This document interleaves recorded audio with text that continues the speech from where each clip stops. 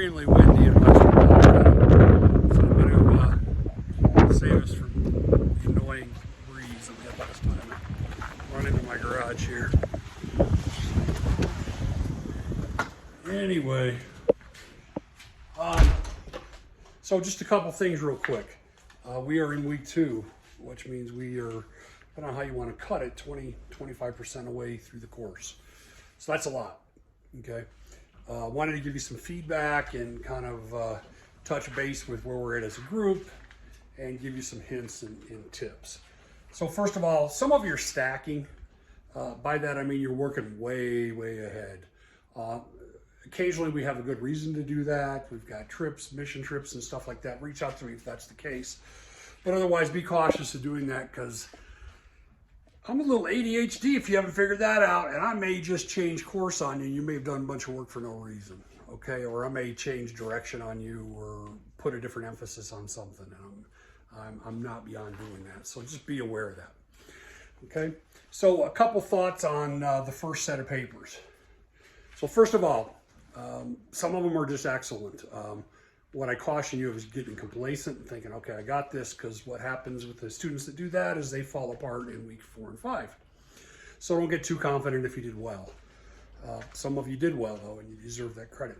The majority of you kind of were somewhere in the middle, where you either were really strong on your content and weak on your APA, or vice versa. Some of you were really weak on your APA and strong on your content. Honestly, if I get a choice, I'm going to take the content over the APA format. But the university wants both, so we're going to at least take a look at both, but I'll still emphasize content over format as much as I can. With that in mind, there are a couple things I want to hit base with. Now, a couple of you really missed the boat on this one. Number one, you're in college now, okay? You can cut and paste out of Wikipedia or any of your sources, or you can just retype what's in your book and come up with a book report. That's not what we're here for, okay? We have to have people that can think critically, that can apply their faith to problems and projects, and this is your chance to do that, at least in theory. So as you go through and write your papers, make sure you have a faith component, make sure you have critical thought. What does this mean to me? What does this mean to my family? What will this mean in 5 years? And I'm talking about your thesis. Okay. The other thing that you want to be able to do is to integrate this in a way that doesn't look like you just slapped it in at the end of the paper. Usually what I get students doing is, John 3:16 at the last sentence, for God so loved the world that he gave his only begotten son. And I'm like, really? Okay. I mean, you got a faith component, but obviously you mailed that in. So avoid that if you can. Also avoid that slapping just a little bit of critical thought at the end. My good writers integrate that throughout their papers. So you have to be able to think for yourself. You have to be able to think independently. 10% of the public, according to Jordan Peterson, cannot pass an intelligence test to get in the military. Consider that when you're driving. And then, only about 40% of the public can think abstractly.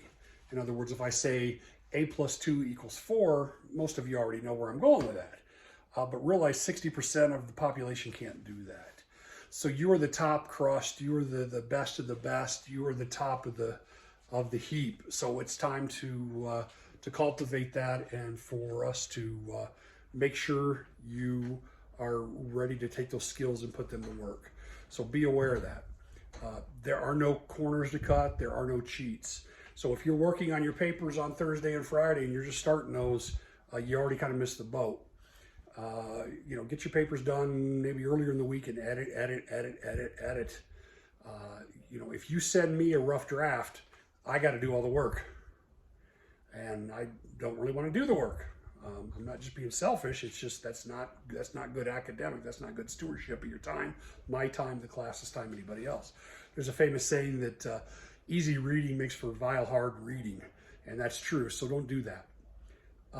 As far as the forums go, that's going to be a big part of our course. Remember, you're the instructor that week. Get your forum posts up Monday and Tuesday and check back a lot often. Interact with other students, get involved, challenge each other. You're not going to make somebody mad if you say, hey, what about this, or what about that, or did you think of this, or how would you handle that? That gives them some fertilizer to grow new crops and to address issues and make their forums look good. Again, don't do anything to please me. Don't write for the instructor. Don't say things that you think the instructor wants to hear. Don't put your flannel board Jesus up that doesn't really matter. Well, if you're struggling with faith, let's unpack that here. We're all adults. We can help you do that. I guarantee if you're struggling in an area, one of us has been through that.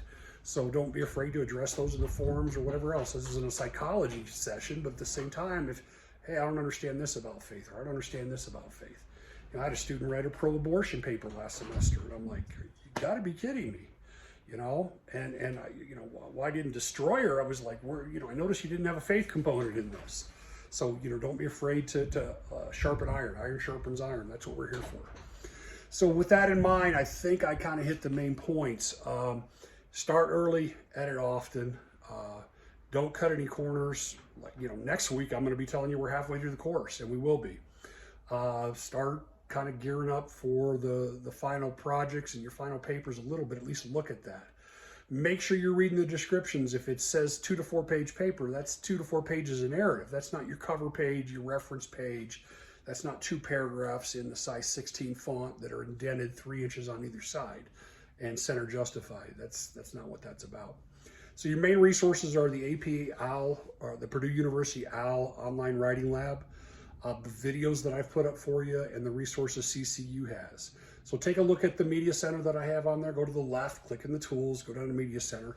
And all those videos are problems that show up over and over again that I see students, just don't have those prerequisites, and I address those in those videos. They're a little corny, I get it, but they're effective. It seems like if people spend the time and go through those, that's what I'm looking for. I'm giving you the cheat sheet. Spend some time and look at that. With that in mind, I'm going to wrap up here before my house blows away and say that I'm here for you. You can reach out to me, 217-691-8707. I want you to succeed. If you didn't get the grades or the scores that you thought you deserved, I'm more than happy to work with you. Nothing makes me happier than seeing my students succeed. If you're doing okay, don't get complacent on me. That will bite you. I've seen it happen a few times. With that in mind, God bless. Have a great, wonderful week. And if you're in Colorado, get some strong rope. You may need it. Bye.